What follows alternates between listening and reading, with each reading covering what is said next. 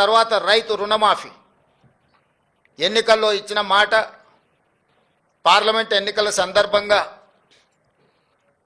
జరిగిన సవాళ్ళు, వీటి నేపథ్యంలో రైతులకు ఇచ్చిన మాట ప్రకారము 2 లక్షల రూపాయల రైతు రుణమాఫీ 15 ఆగస్టు లోపల చేస్తామన్న మాట నిలబెట్టుకోవడానికి 25 రోజుల్లోనే దాదాపుగా 17,869 కోట్ల రూపాయలు 3 విడతలుగా 21 లక్షల మంది రైతు 18 లక్షల మంది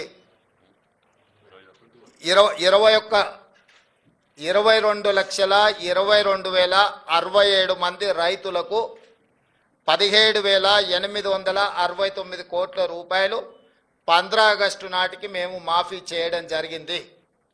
దానికి సంబంధించి 18/7/2024 11,34,412 మంది రైతులకు 6,034,96,00,000 మొదటి దఫా రైతుల ఖాతాలలో ₹1,00,000 వరకు ఉన్న రుణమాఫీని ఆ రోజు చేయడం జరిగింది.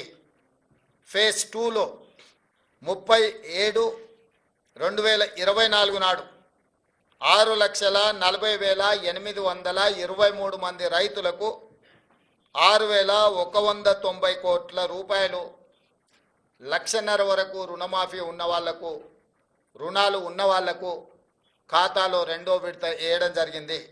3వ విడత 15 ఆగస్టు 2024 నాడు 4,46,832 మంది రైతు కుటుంబాలకు 5,644 కోట్ల 25 లక్షలు, 3 విడతలల్లా 17,869 కోట్ల రూపాయలు 22,22,067 మంది రైతు కుటుంబాలకు మేము మాఫీ చేయడం జరిగింది, వాళ్ళ ఖాతాలో వేయడం జరిగింది.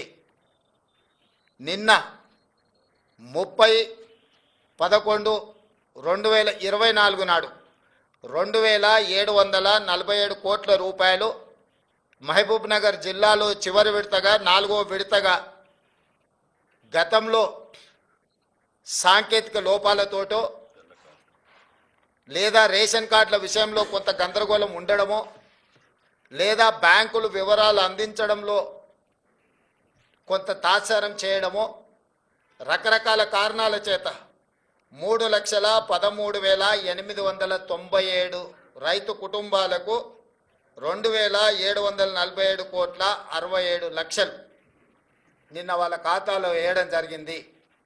టోటల్గా 25,35,964 రైతు కుటుంబాలకు 20,616 కోట్ల రూపాయల 89 లక్షలు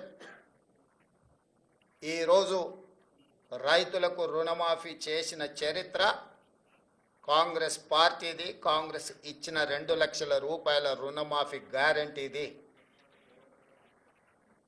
దేశ స్వతంత్రం వచ్చినప్పటి నుంచి ఈనాటి వరకు ఈ రోజున్న 29 రాష్ట్రాలు కానీ, గతంలో పెద్ద రాష్ట్రాలుగా ఉన్న ఉమ్మడి రాష్ట్రంలో కానీ స్వతంత్రం వచ్చినప్పటి నుంచి ఈనాటి వరకు కేవలం రైతు రుణమాఫీ ఇంత తక్కువ సమయంలో 25,35,964 రైతు కుటుంబాలకు 20,616 కోట్ల రూపాయలు ఏ ప్రభుత్వము చెయ్యలేదు. గతంలో మా ప్రభుత్వం కూడా ఇంత పెద్ద ఎత్తున రైతు రుణమాఫీ చెయ్యలేదు.